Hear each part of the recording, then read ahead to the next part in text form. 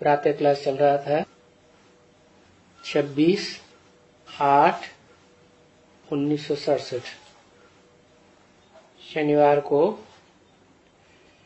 तीसरे पेज के लगभग मध्य में बात चल रही थी।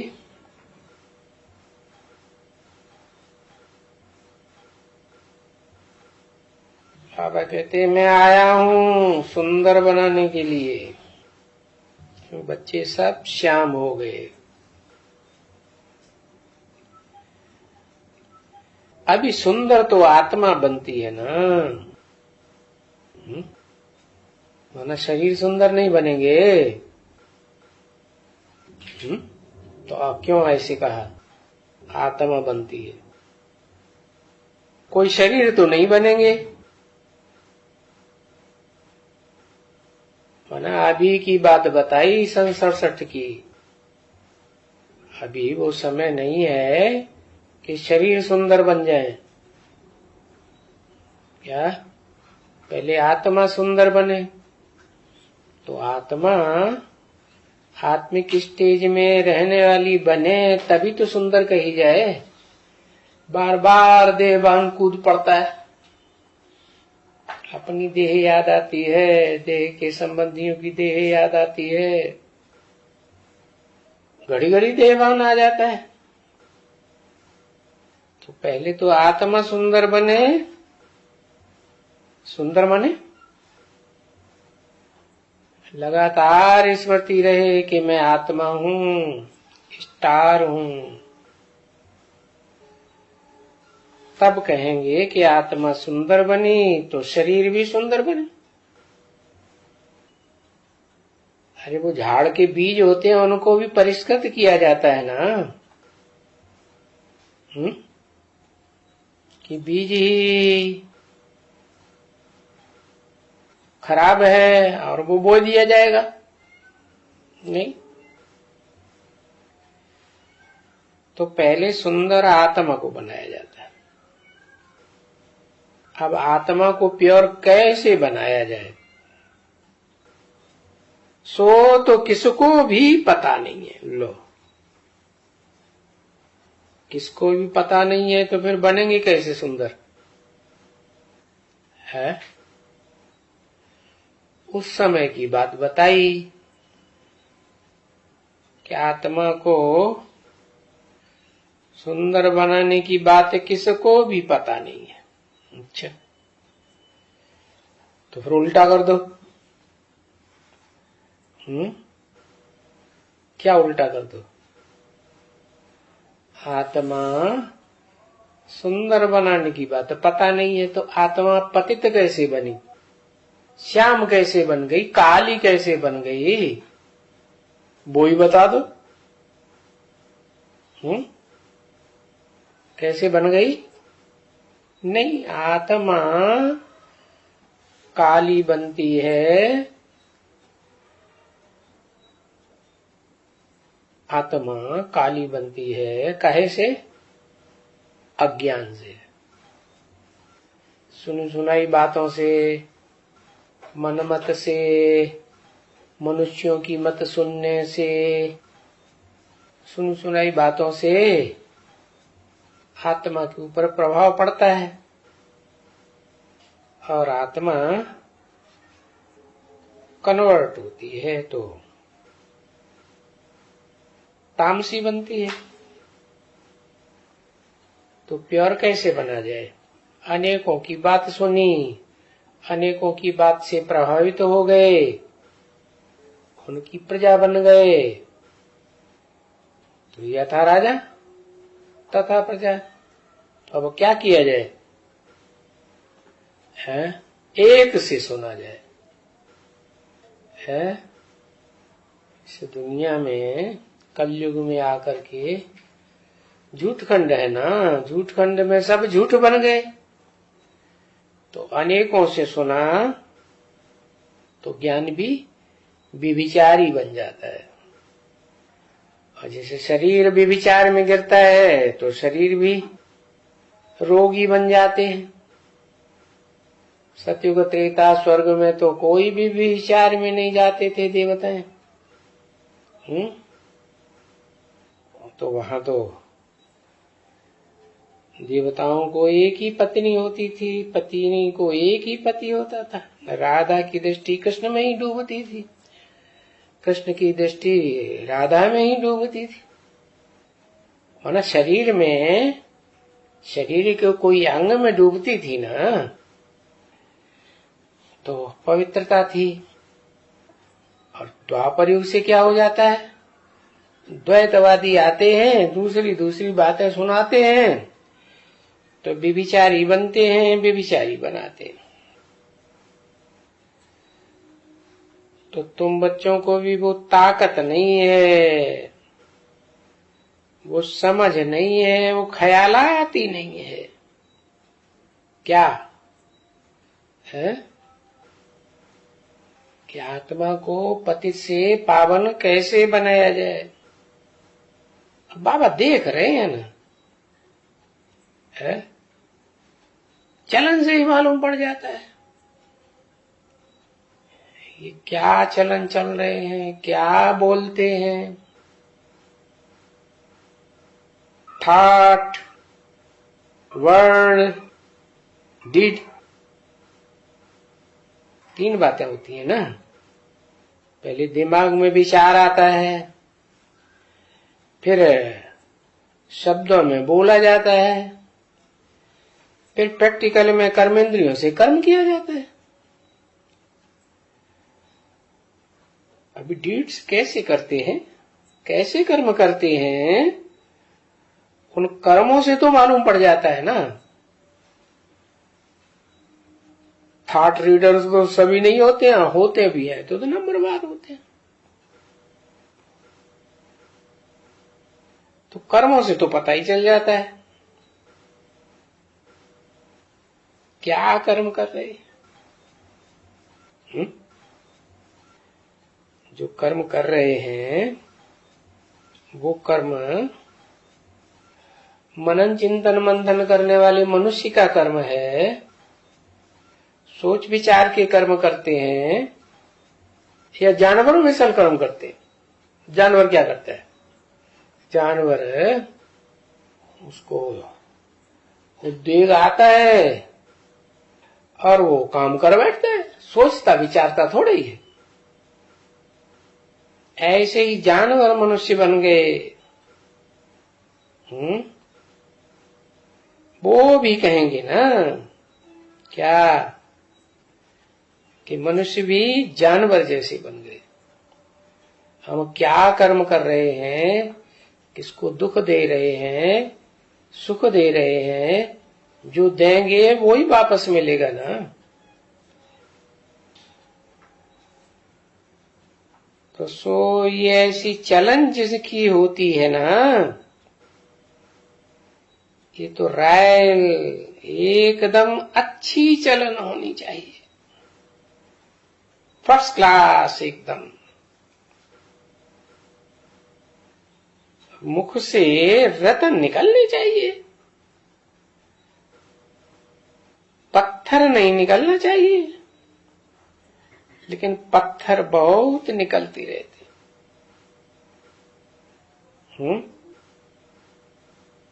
लिया धाड़ से मुंह पे मारा पत्थर। और पीछे अंत में बाबा ने कहा साक्षात्कार भी कह सकते हैं। नहीं तो बाबा कहते हैं ये जो जन्माष्टमी है इसमें तो बहुत खुशी है समझाने के लिए। क्या खुशी है? कृष्ण का जन्म होता है तो कृष्ण तो सतयुग का फर्स्ट प्रिंस है ना। तो अष्टमी शब्द क्यों लगाई दिया है? इसका कारण क्या, जब सतयुग का फर्स्ट प्रिंस है कृष्ण साकार में, तो जन्माष्टमी क्यों कह देते हैं? इसका कारण क्या है? सतयुग में 7 नारायण पहले होते हैं।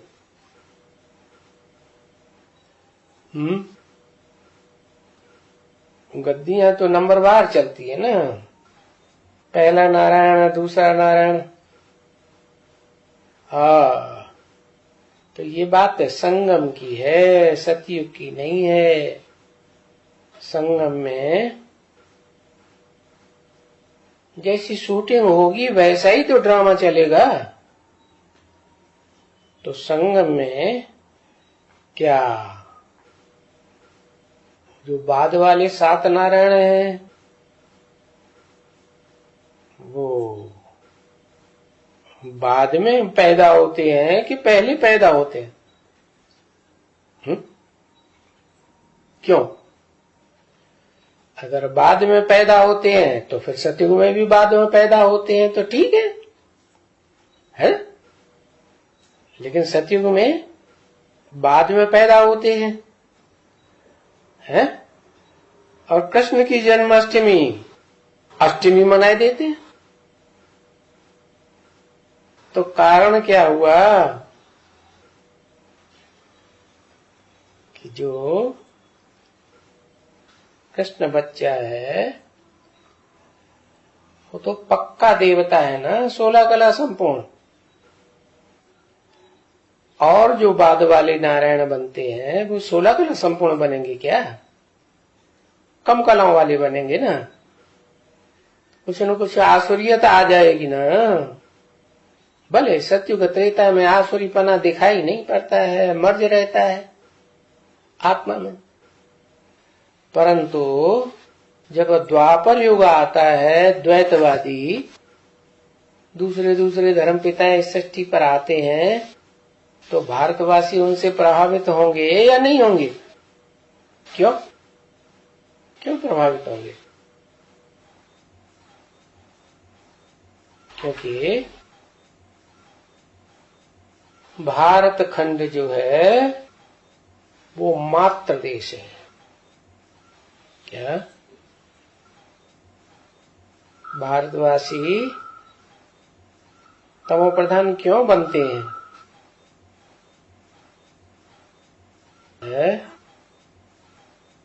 और धर्म वाले इतने तमो प्रधान क्यों नहीं बनते? जन्म जास्ती लेते हैं।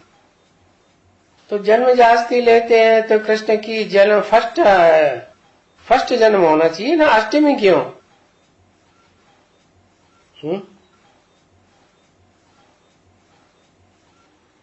ज्यादा तमो प्रधान बनते हैं तो बुद्धि कैसी बनेगी? तामसी बनेगी। तामसी बुद्धि जल्दी समझेगी फिर ज्ञान को, है नहीं समझेगी।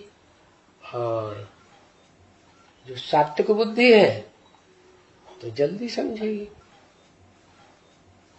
तो अष्टमी बताई दिया, 8वां नंबर कृष्ण ने जन्म लिया। अब सतयुग में 8 बच्चे पैदा होते हैं क्या? है 8 बच्चे तो पैदा नहीं होते। एक बच्चा, वो भी एक बच्ची। बच्चा तो एक ही पैदा होता है। कम से कम सतो प्रधान सात्विक स्टेज में तो पहले इस पीढ़ी में एक ही बच्चा, एक ही बच्ची। तो ये जन्माष्टमी क्यों मनाते हैं? उनसे पूछना चाहिए, है इसलिए मनाते हैं कि वास्तव में पूरे ड्रामा की शूटिंग जो है, रिहर्सल होती है संगम में। और संगम में तमो प्रधान को सतो प्रधान बनाने के लिए भगवान आते हैं, ईश्वर को आना पड़ता है। तो ईश्वर जब आते हैं तो सब तमो प्रधान, उनमें भी कृष्ण वाली आत्मा जो है वो जास्ती तमो प्रधान, और नारायण बनने वाली आत्माओं के मुकाबले या कम तमो प्रधान? जास्ती तमो प्रधान। और नारायण वाली आत्माएं क्या जल्दी समझेंगी? है? अच्छा, और जो कृष्ण को जन्म देने वाला नारायण होगा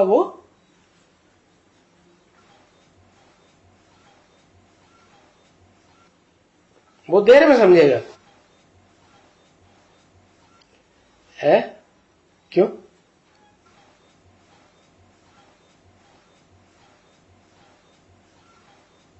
हिसाब ये है कि जो जितना विधर्मी बनता है, विधर्मी आत्मा होती है, वो पहले प्रत्यक्ष होती है। क्यों? क्योंकि उनमें अकल ज्यादा होती है, बुद्धि सात्विक होती है। तो जो कृष्ण को जन्म देने वाला नारायण वाली आत्मा है,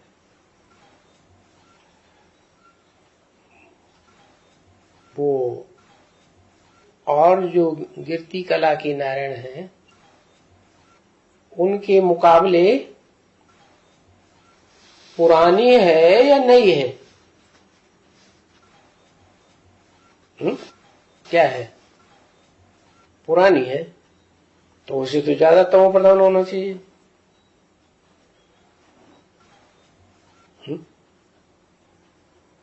जो बाद वाला नारायण वाली आत्मा है, कम जन्म लेने वाली आत्मा है, वो तो बाद में आई, तो सतो प्रधान बुद्धि होनी चाहिए, सात्विक होनी चाहिए, वो पहले समझनी चाहिए।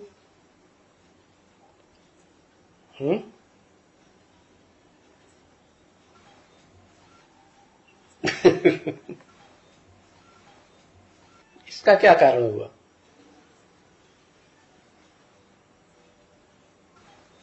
क्योंकि जो फर्स्ट नारायण है ना, उसमें तो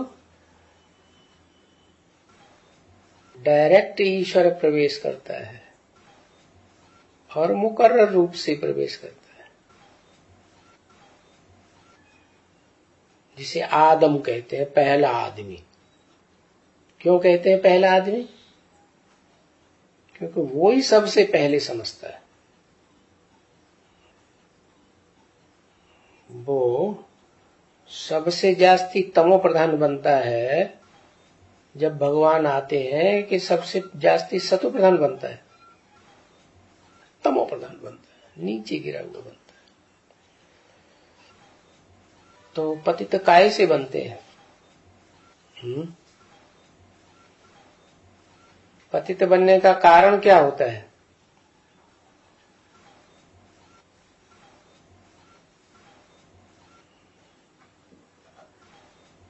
वो ज्यादा संग के रंग में आता है, बायोस्कोप और उपन्यास ज्यादा पढ़ता है, इसलिए तमो प्रधान बनता है। माने आखिरी जन्म में ही सतो तमो प्रधान बनता है, उससे पहले के जन्म में तमो प्रधान नहीं बनता, क्योंकि बायोस्कोप तो पहले द्वापर युग में होते नहीं है। और उपन्यास भी तो ये भगवान तो भारत में आता है, हिंदी भाषा भाषी में ही आता होगा, तो हिंदी को उपन्यास तो ये अभी अंत में आके बने। पहला उपन्यास तो देवकी नंदन खत्री ने चंद्रकांता संतति बनाई, उससे पहले तो उपन्यास थे ही नहीं। तो वो पहले से तमो प्रधान बनता है कि बाद में तमो प्रधान बनता है? पहले से। है? जो फर्स्ट नारायण है, कृष्ण को जन्म देने वाला, वो बाद में तमो प्रधान बनता है। तो लास्ट जन्म में जब शिव बाप आते हैं, तो वो आत्मा जो आदम है, जिसमें परमानेंट प्रवेश किया था, प्रवेश करके उसे ज्यादा संग का रंग लगा ना, तो 82-83 जन्म वो सुख में रहती है, शांति में रहती है, सुख के साथ शांति भी होती है। तो आखिरी जन्म में जाकर के वो पतित सबसे जास्ती बनती है। या तो बायोस्कोप देखे, या तो उपन्यास ज्यादा पढ़े, या तो दोनों काम करे, तो जास्ती पतित बनती है। तो वो नारायण वाली आत्मा जो फर्स्ट नारायण है, पुरुषोत्तम संगम युगी नारायण है, क्योंकि सतयुग से भी पहले तो पुरुषोत्तम संगम युग होता है। तो वो सतयुगी नारायण जो उपन्यास और फिल्में देख देख करके तमो प्रधान बना बुद्धि, वो आत्मा क्या संगम युग में एक ही जन्म में ऐसा बन जाती है? एक जन्म में है? एक ही जन्म होता है क्या उसका? 2 जन्म होते हैं। अगर 2 जन्म होते हैं तो अगला वाला जन्म होगा और ज्यादा पतित होगा कि पावन होगा?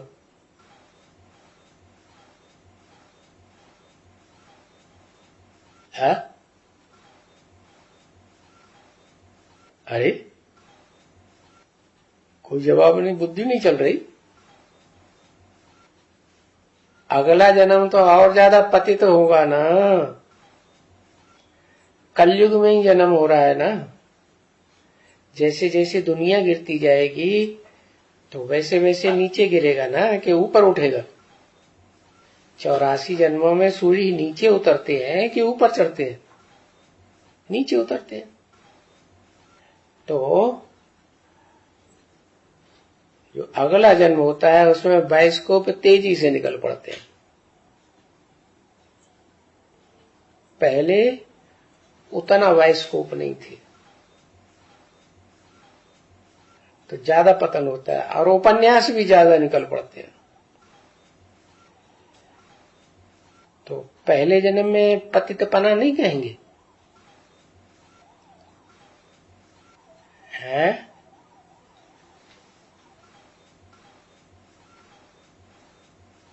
पहले जन्म में इतना नहीं। और बाप क्या कहते हैं? बाप कहते हैं सबसे ज्यादा पतित बनाने वाला कौन सा विकार है? काम विकार। क्रोध विकार को पतित बनाने वाला नहीं कहेंगे। क्रोध, लोभ, मोह, अहंकार, इनको पतित बनाने वाला नहीं कहेंगे, क्योंकि काम विकार में शक्ति ज्यादा क्षीण होती है? और विकारों में जो देह की शक्ति है वो क्षीण नहीं होती, तो आत्मा भी क्षीण नहीं होती।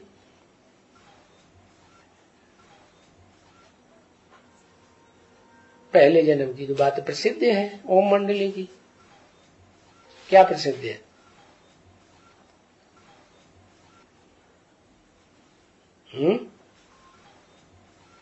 धोबी घाट की बात प्रसिद्ध है। धोबी घाट में जब धोबी कपड़े ले जाता है तो पहले कपड़ों को गंदा करता है कि पहले ही पानी से साफ कर लेता है। पहले कपड़ों को गंदा करता है, सौंधता है।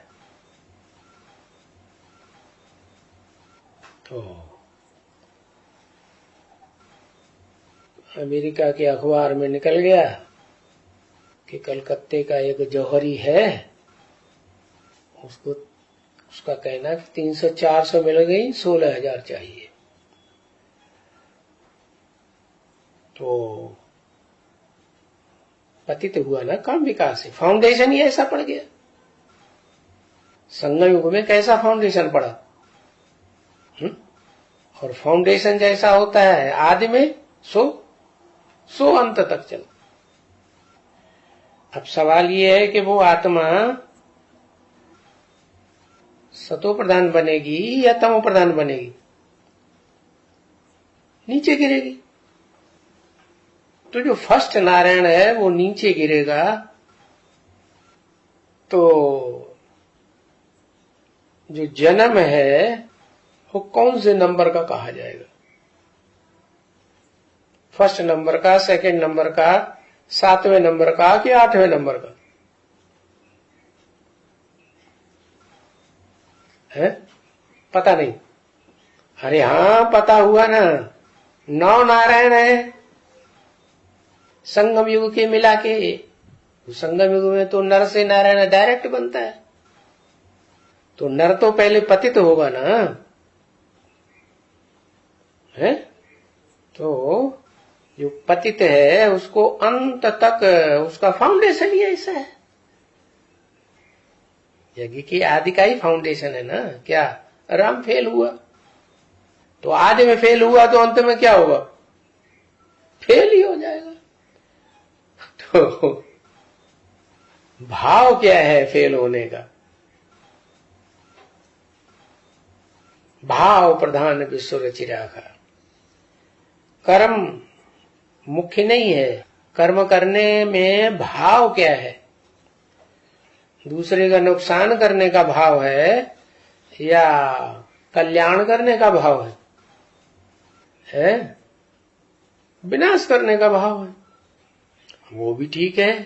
दुनिया का विनाश होगा तो दुनिया में शांति हो जाएगी। शांति पहले चाहिए या सुख पहले चाहिए?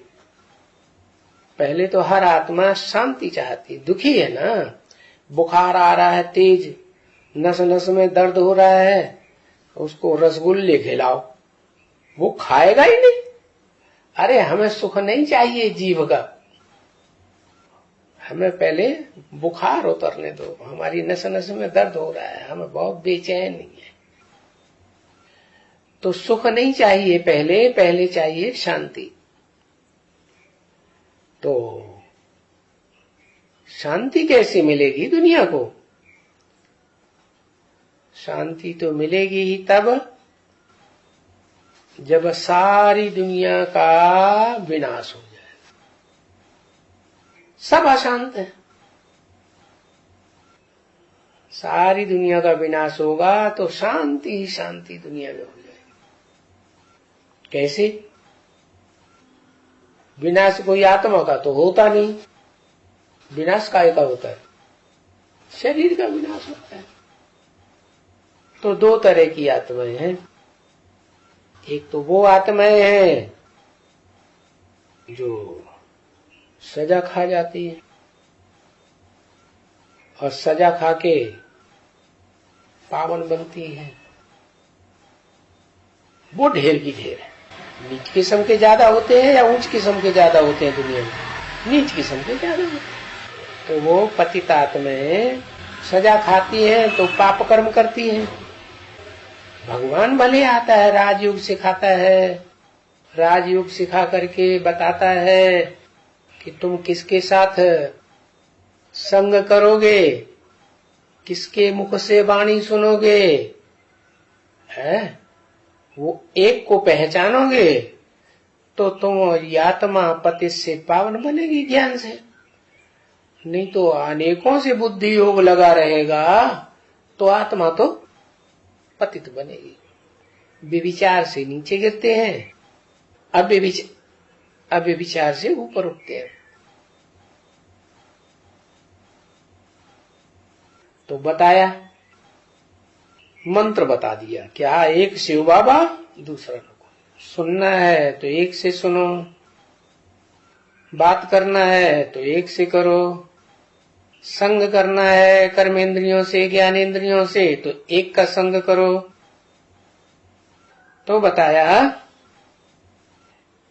कि वो एक को पहचानने वाली बात के लिए तो ज्ञान चाहिए और ज्ञान से आत्मा पवित्र बनती है। शरीर तो नहीं पवित्र बनेगा। तो शरीर पवित्र बनने के लिए क्या चाहिए? शरीर की पवित्रता कैसे होगी? कैसे होगी? शरीर से ही तो शरीर पवित्र बनेगा। लोहे से लोहा काटा जाता है, विष से विष मारा जाता है। तो शरीर को पावन बनाने के लिए क्या चाहिए? देहधारी चाहिए या नहीं चाहिए?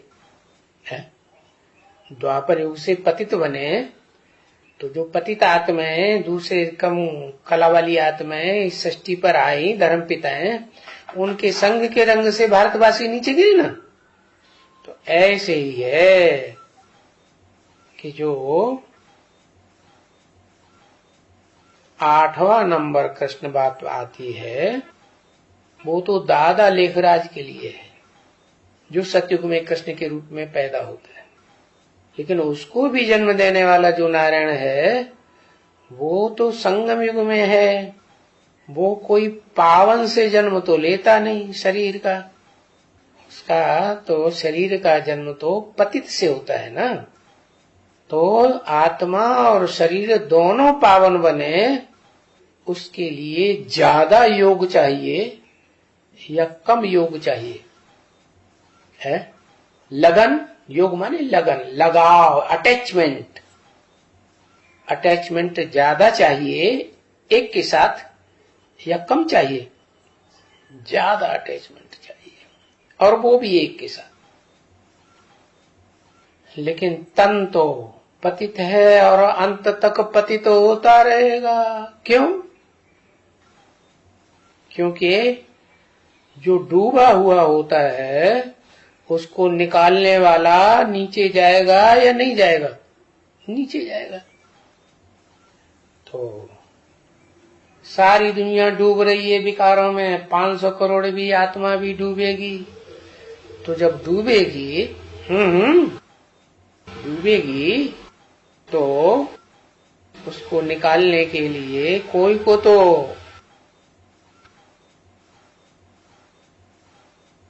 गहरे में जाना पड़ेगा ना।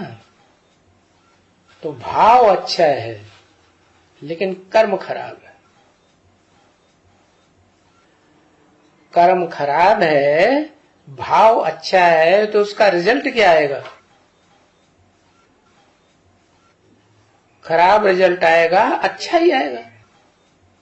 तो इस बात को दुनिया वाले नहीं समझ सकते, लेकिन जो सुप्रीम सोल है वो जानता है कि ये आत्मा जो अति के पतन में जाती है, विविचार में जाती है शरीर के द्वारा, लेकिन आत्मा से विविचारी बनती है या नहीं बनती? नहीं। क्यों? एक को याद करती है, एक की वाणी सुनती है, और किसी मनुष्य मात्र की वाणी को सुनती नहीं है। क्या शास्त्र वास्त्र पढ़ती होगी कि नहीं? अरे पढ़ती होगी कि नहीं? हाँ या ना? पढ़ती है। तो संकरंग नहीं लगेगा? क्यों? क्या?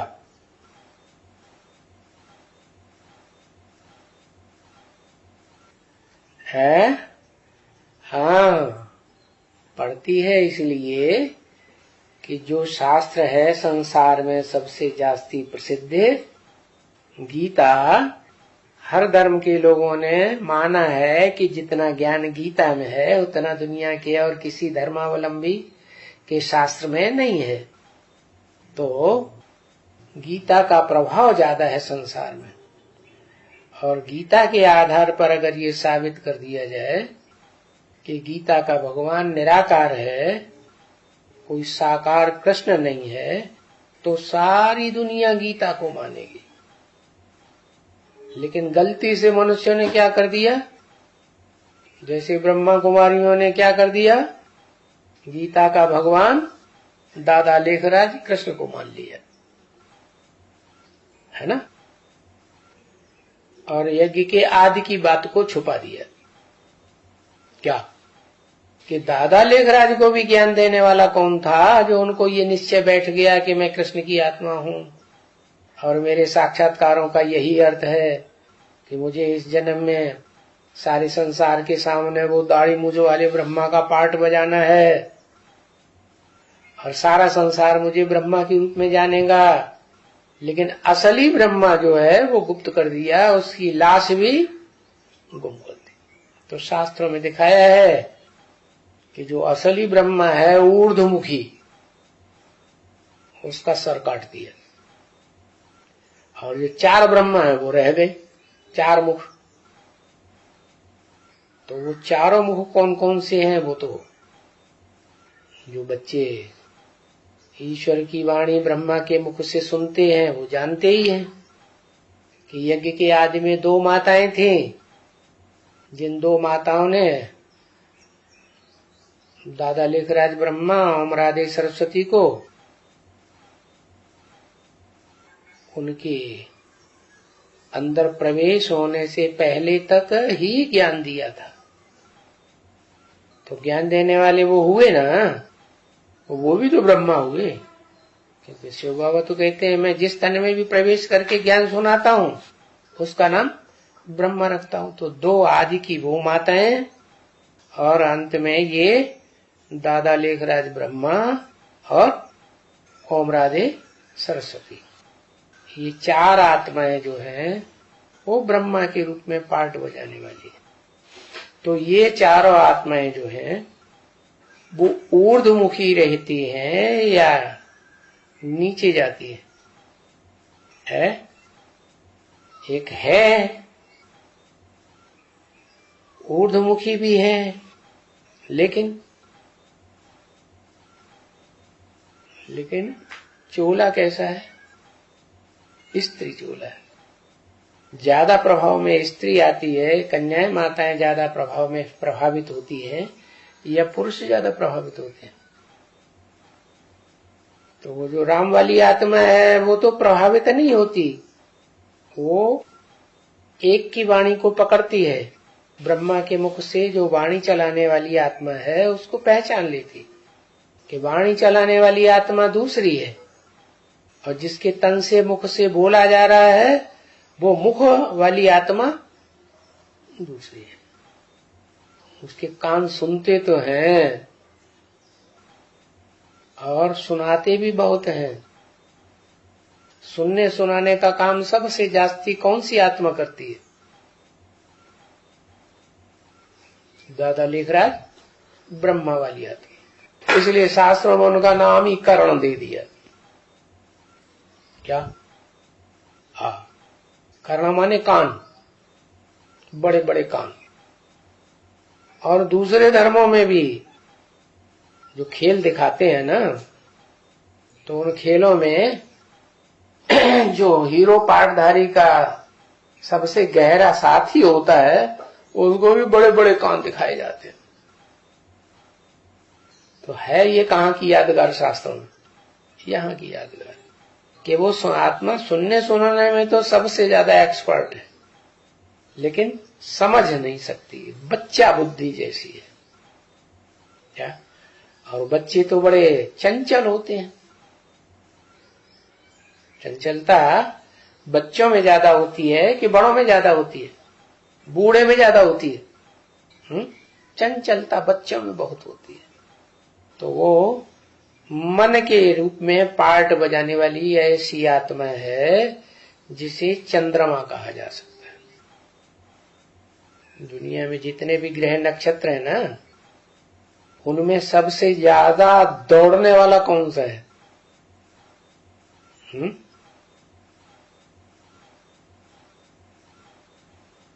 तीव्र गति से दौड़ने वाला पृथ्वी है। वो भी दौड़ लगाती है, सूर्य का चक्कर लगाती है, लेकिन पृथ्वी का चक्कर चंद्रमा लगाता है। क्या? कितनी देर में कितना चक्कर लगा लेता है पृथ्वी का?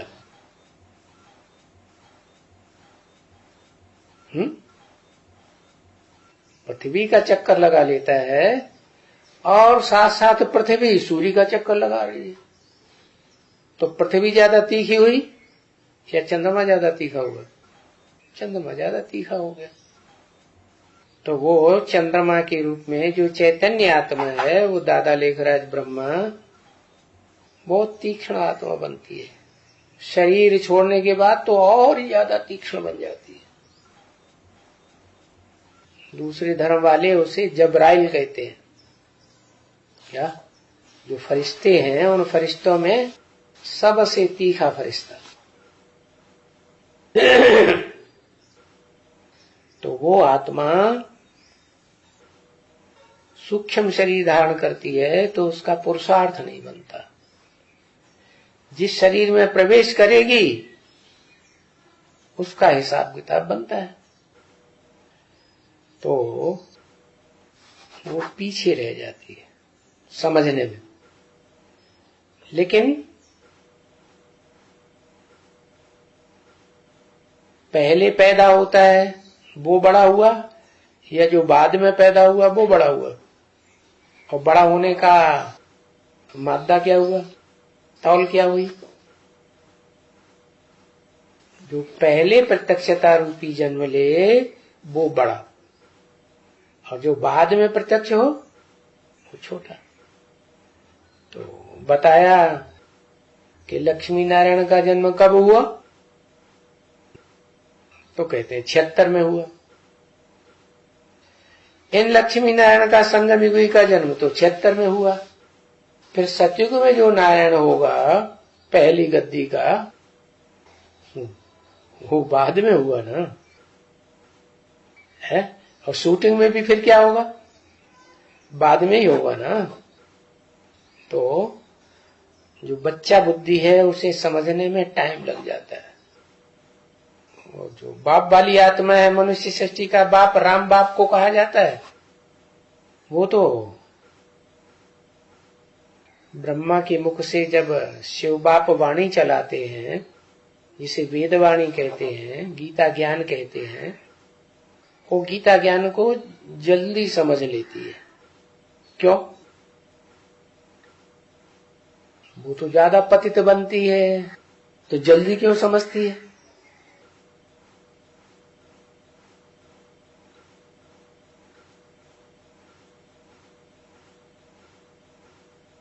भगवान प्रवेश करता है, भगवान ब्रह्मा में नहीं प्रवेश करता। नहीं प्रवेश करता तो कौन वाणी चलाता है? इत्यादि की नहीं तो है? उन माताओं में प्रवेश करके वाणी नहीं चलाता था भगवान।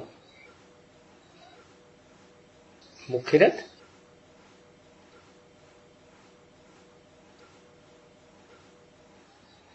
हाँ, परमानेंट रथ नहीं कहेंगे दूसरे। जो ब्रह्मा के 4 मुख दिखाए जाते हैं वो परमानेंट नहीं है। और मुकर्रर रथ वो है जो आदि में भी था, मध्य में भी होता है 76 से, और फिर अंत तक भी प्रत्यक्ष रहता है। तो उसका कारण क्या है? वो परमानेंट क्यों और बाकी मुख परमानेंट क्यों नहीं? वो टेम्परेरी क्यों? अरे भाई है, कारण क्या हुआ? हाँ, 5000 वर्ष में पूरा चक्कर लगाया है, तो वो चक्कर लगाया है तो क्या हुआ? ब्रह्मा की आत्मा भी तो पूरा चक्कर लगाती है। 50 साल भले कम हो जाते हैं, लेकिन सूक्ष्म शरीर से तो चक्कर लगाती है। मुख्य सूक्ष्म शरीर है या स्थूल शरीर है? स्थूल शरीर मुख्य है, सूक्ष्म शरीर मुख्य नहीं है। जब व्यक्ति शरीर छोड़ता है, 84 जन्मों में 84 शरीर धारण किए ना, तो स्थूल शरीर तो खत्म हो जाता है। कौन सा रह जाता है? सूक्ष्म शरीर रह जाता है ना। सूक्ष्म शरीर ही तो, सूक्ष्म शरीर से वो जाकर के आत्मा प्रवेश कर जाती है सूक्ष्म शरीर के साथ। जो ज्ञान इंद्रियां हैं वो साथ जाती है ना, बुद्धि मन ये साथ जाता है ना। तो सूक्ष्म मुख्य हुआ ज्यादा पावरफुल हुआ या स्थूल ज्यादा पावरफुल हुआ है? सूक्ष्म ज्यादा पावरफुल हुआ ना। तो फिर सूक्ष्म को महत्व क्यों नहीं दिया जाए, स्थूल को क्यों दिया जाए? क्योंकि सूक्ष्म शरीर वही आत्माएं धारण करती है जिन्होंने पाप ज्यादा किए, भटकती रहती है सूक्ष्म शरीर धारण करने के बाद। पुरुषार्थ उनका नहीं बनता, पुरुषार्थ सिर्फ स्थूल शरीर से ही बनता है। तो ब्रह्मा बाबा का पुरुषार्थ बेसिक ज्ञान का बना, बच्चा बुद्धि का, तो सतयुग में जाके बच्चा बुद्धि के रूप में जन्म लेते हैं। और जो आत्माएं समझदार हैं, उसका कारण ये है कि वो आत्माएं भले 84 जन्म लेती तो हैं, लेकिन ज्यादा पाप कर्म नहीं करती है, सूक्ष्म शरीर धारण नहीं करती है, भूत प्रेत नहीं बनती है। क्या भूत प्रेत बनने वाली जो आत्माएं हैं वो भटकती रहती हैं, और उनमें 2 प्रकार की होती है। एक तो अच्छी सोल भी होती है, और एक दूसरों को तंग करने वाली इविल सोल भी होती है। तो जो अच्छी सोल है वो है ज्ञान चंद्रमा से बिल्कुल कनेक्टेड, अच्छी चंद्रवंशी पक्की आत्मा है, वो सात्विक होती है। और जो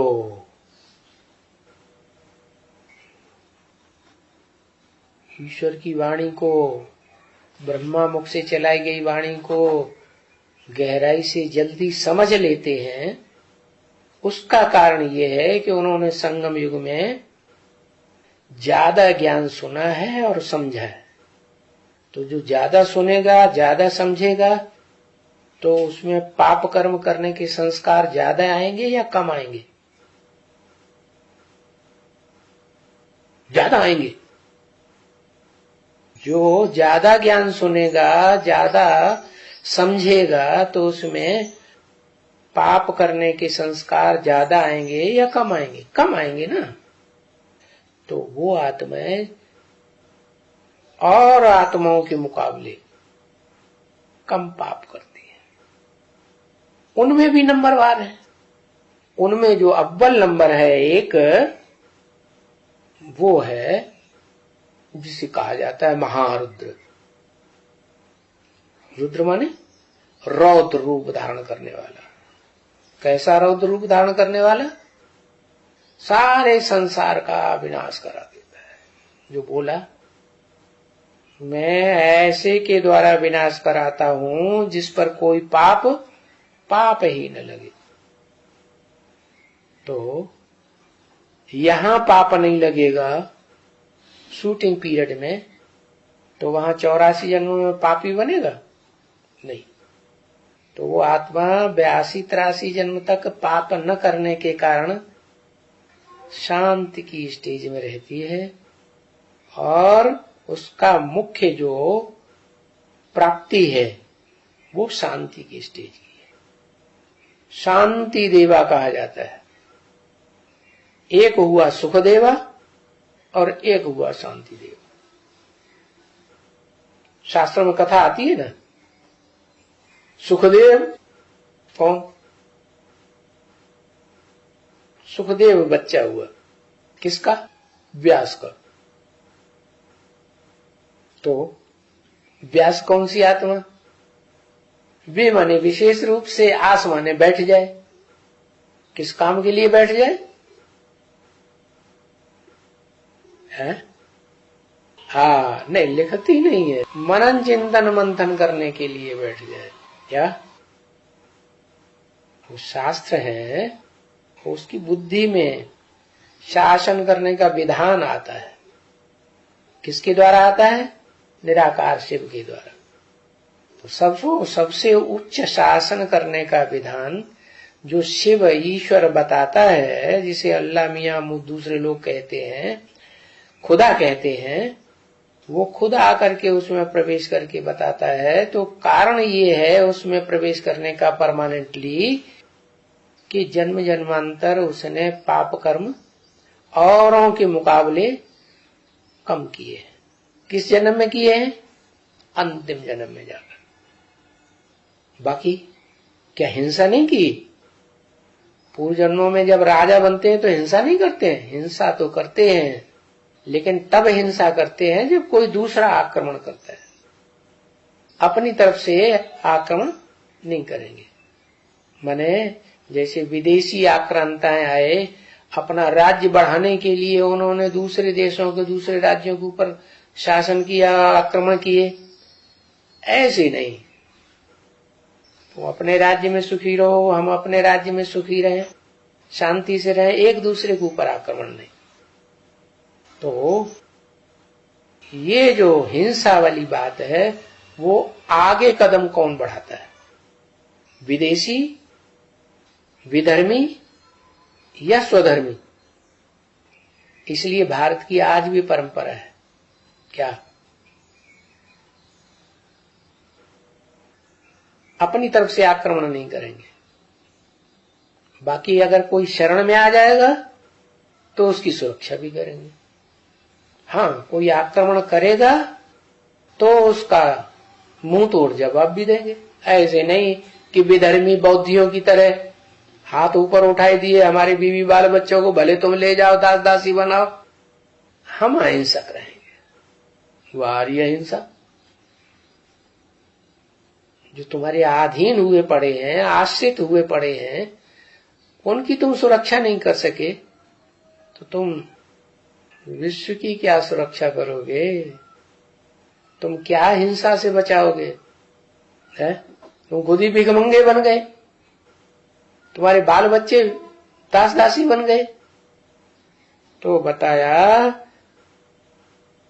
अब समझ में आया कि जन्माष्टमी क्यों कहते हैं?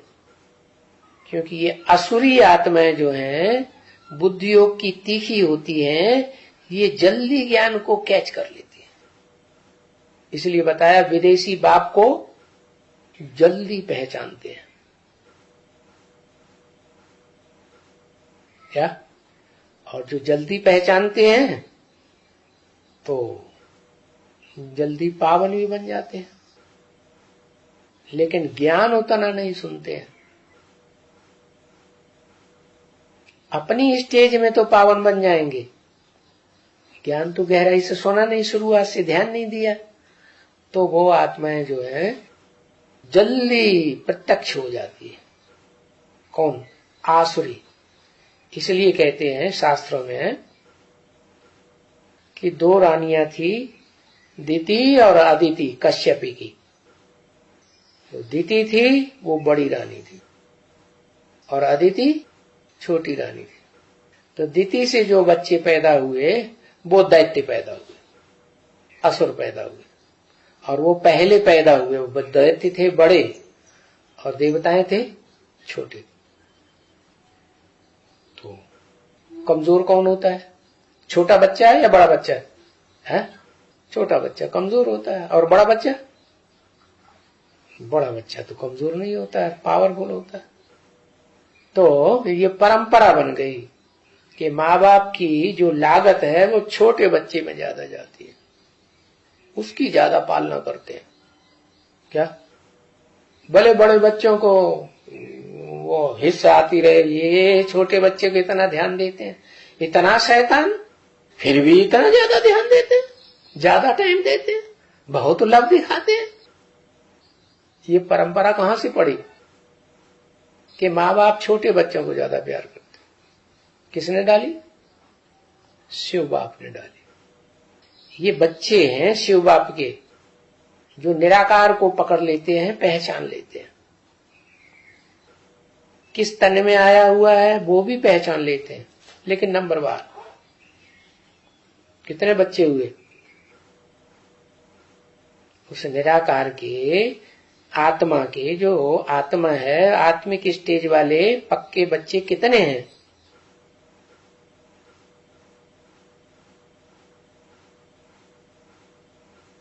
9, 10, 8। निराकारी स्टेज को पकड़ने वाले जो बच्चे हैं वो 10 हैं, और वही 10 धर्म है क्या? 9 धर्म जो है वो तो नंबरवार आस्तिक है, और 10वां धर्म आस्तिक नहीं है, टोटल नास्तिक है। लेकिन बाप का बच्चा तो है ना, आत्माएं तो है ना, आत्मिक स्टेज वाले तो बनते हैं ना। तो ये दिखाया गया कि वो जो कम कलाओं वाले बच्चे हैं वो बाद में पैदा होते नहीं हैं, वो पहले पैदा हो जाते हैं। उनकी बुद्धि तीक्ष्ण होती है, ज्ञान को अच्छे से कैच करते हैं, और कैच करके फिर अच्छे जाना चाहिए, ज्यादा जन्म लेना चाहिए, ऑलराउंड पाठधारी होना चाहिए। सो क्यों नहीं होते? क्योंकि शुरुआत से उतना उनका जन्म नहीं होता, आरंभ में नहीं पहचानते हैं। क्या? बाद में नंबरवार पहचानते हैं। तो जब से पहचानते हैं, जब जागे तब भोर। क्या कहते हैं कहावत, जब जागे तो सवेरा, सोते रहे तो अंधेरा। तो अभी जल्दी जागने का टाइम है कि सोते रहने का टाइम है? प्रयास करो, पुरुषार्थ करने से सब कुछ संभव हो जाता है। क्या है?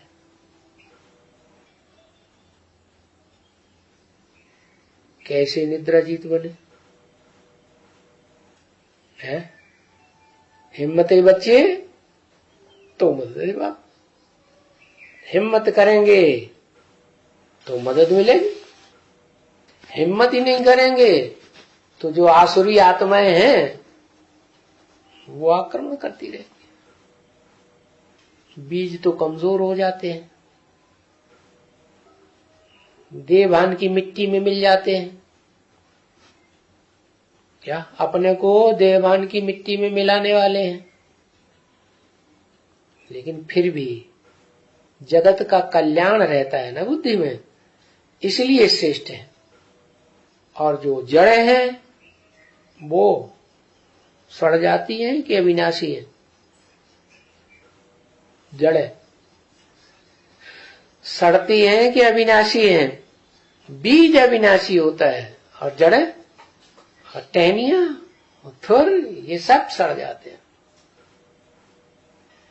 तो बताया कि वो बीज रूप आत्माएं जो बीज रूप स्टेज में टिकती हैं वो नंबरवार है, और वो भी 9 धर्म की है। 9 धर्म का छिलका चढ़ जाता है। हैं बाप के बच्चे, ओरिजिनली तो छिलका उतार दिया जाए तो सब सूर्यवंशी, लेकिन दूसरे धर्मों का देहभान का छिलका चढ़ा हुआ है संग का रंग का, इसलिए वो अलग अलग धर्मों के साबित हो जाते हैं। और वैसा ही फिर संगम युग में पाठ हो जाते हैं। तो वो नंबरवार प्रत्यक्ष होते हैं, कोई पहले और कोई बाद में। तो जो नर से नारायण बनने वाला है वो तो बता दिया 76 में है बाप का प्रत्यक्षता वर्ष। तो वो मनुष्य सृष्टि की बाप वाली आत्मा वो आदि नारायण का पाठ बजाने वाली है, लेकिन वो अंत में प्रत्यक्ष होती है संसार के सामने। क्या? पहले प्रत्यक्ष नहीं होती। छुपा रुस्तम बाद में। और जो नंबरवार आसुरी प्रकृति के हैं वो अपने को पहले प्रत्यक्ष करते हैं। क्या? बाप को गुप्त रहने देते। अब ये सारी दुनिया ज्ञान चंद्रमा को पसंद करती है। क्या? सूर्य की तपत को कोई पसंद नहीं करता। करता है? सूर्य के नजदीक कोई जाना चाहता है? कोई नहीं जाना चाहता, सब घबराते हैं। इसलिए बोला राम सीता को खादी का राजा रानी कहेंगे। खादी क्या करती है? खादी सर्दियों के मौसम में, सत्युग त्रेता ठंडी का मौसम है ना, दिमाग ठंडा रहता है देवताओं का, बहुत सुखदायी। और द्वापर कलयुग में भी बहुत सुखदायी। क्या? द्वापर कलयुग गर्मी का मौसम है, तो गर्मी के मौसम में भी बहुत ठंडक देती है। बस एक मौसम है बरसात का मौसम। ज्ञान बरसात जिस मौसम में होती है संगम में, वो सूर्यवंशी राम वाली आत्मा, जिसे सूर्यवंशी कहा जाता है, रघुकुल वंशी रघु माने सूर्य। तो बहुत दुखदाई। कैसे? भीग जाती है। जब भीग जाती है खादी तो चिपक जाती है शरीर से। क्या? जो भी देहभान वाले होंगे ना, उनको अच्छी तरह से चिपकेगी। बहुत तंग करती है। क्या? और गंदी भी बड़ी जल्दी होती है। वो गंदे कब, कौन से मौसम में? बरसात। तो ये बताया। लेकिन बाद में क्यों प्रत्यक्ष होती है? अष्टमी क्यों मनाते हैं? सत्युगी कृष्ण की अष्टमी नहीं मनाते, वहां 8 बच्चे पैदा नहीं होते। यहां की बात है कि देवकी को 8वां नंबर गर्भ पैदा हुआ। देवकी कौन? किसकी? देवकी। क्यों? देवकी, दैत्य की नहीं। दैत्य की नहीं, नाम क्या है? देवकी। तो कौन हुआ देवकी का पार्ट?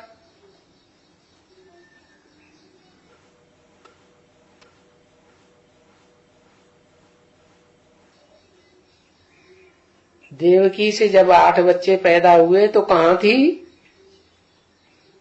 कहां थी? जेल में थी। तो ये बंधन है सूक्ष्म शरीर का।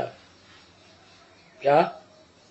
इस सूक्ष्म शरीर के बंधन से मुक्त नहीं हो सकती। क्या? 8 बच्चे पहले प्रत्यक्ष होते हैं। 8वां नंबर जब कृष्ण पैदा होता है तो वो कंस को मारता है। क्या? कंस के लिए क्या बताया मुरली में? कंस है कन्याओं को कोसने वाला।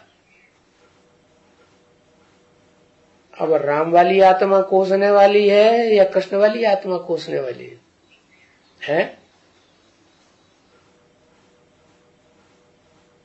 कन्याओं रूपी गैयों को कोस कौन करता है?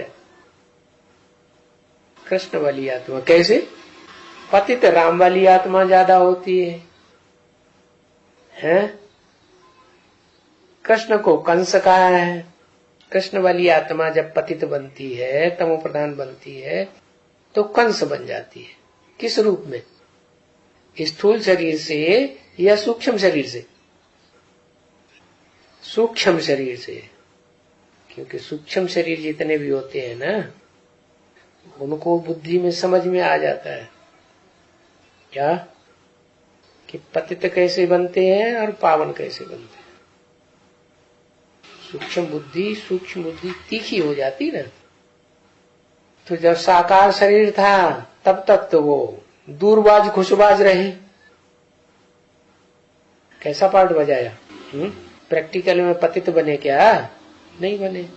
और जो सूक्ष्म शरीर धारण किया तो पता चला क्या?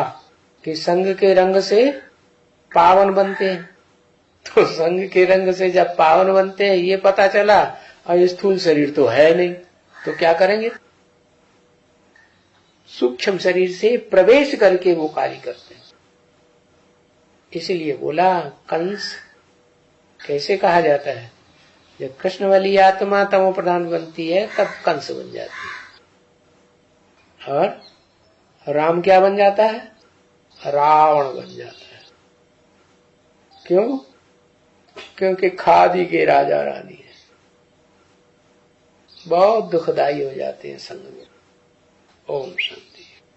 तो जन्माष्टमी को कितना समझाया जा सकता है, कितनी खुशी होनी चाहिए। बिल्कुल क्लियर है समझानी कि वो सांवरा और श्याम कैसे बनता है, सुंदर कैसे बनता है। कैसे बनता है?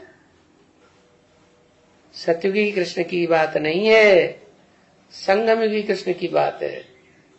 क्या?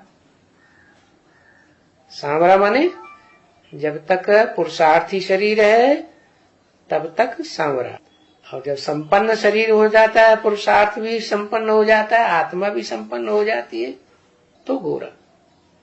ओम शांति।